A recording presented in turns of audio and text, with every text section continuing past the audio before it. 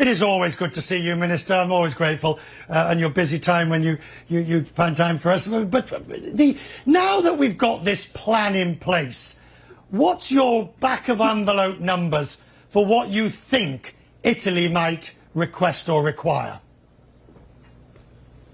No, first it is a good proposal, which goes in the direction we have been calling for. We have always said that with such a crisis, it's a symmetric crisis, it was necessary for the EU to have a common response, which does not mean the mutualizing our past debt, but putting together a common response for the future.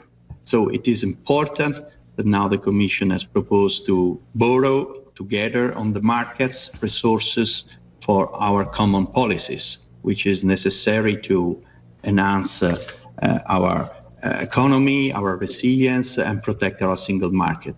And we will, of course, engage in the negotiation, right, which should lead to an outcome which is ambitious. So the idea that this balancing between grants and loans, is it your feeling that there should be more grants than loans? We had asked, of course, 1 trillion, and we have always said should be predominantly made of grants. We understand this is a need to reach a compromise, so it is, we think, is a balanced proposal.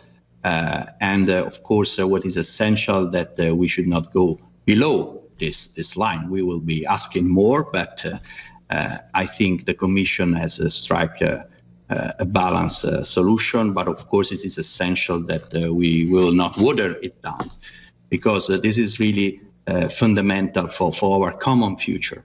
So we will, of course, support this proposal, try to make it more ambitious, and resist any attempt to water it down. I love that last bit. Try to make it more ambitious.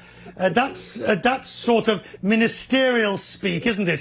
For more money, let's get more. Let's make the programme bigger. But I do wonder, will the frugal four go along with this? The Germany, the Austrias, the Denmark. Will they go along with it? What argument can you put in place to convince them that it should be nearer $1 trillion and that the balance between grants and loans should be weighted towards grants? I think the President of the Commission has made a very good speech and has very clearly explained that these are resources that we are putting together for our common investment. We have a very integrated economy, a well-functioning single market, integrated supply chain. So we need really to protect this common asset and to bet on the future. So it's resources invested on our common future, and I'm sure everybody will understand that.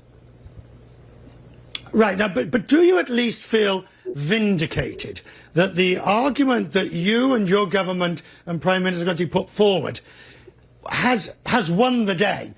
I mean, at the end of the day, there will be grants that will be mutualised across the European community. That is the argument you have been fighting for some time. Indeed, but it's not that we are vindicated. It is the point that it was a right argument, because we are leveraging on our common future. Nobody is transferring money to anybody else.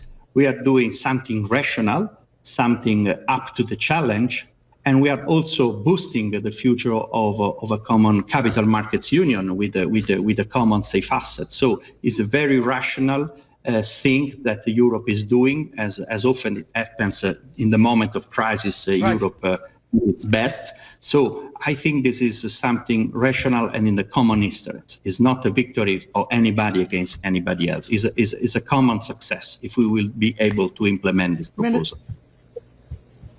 Minister, it's always good to see you. I'm so grateful. Thank you, sir. Busy days, and we're glad you give us time.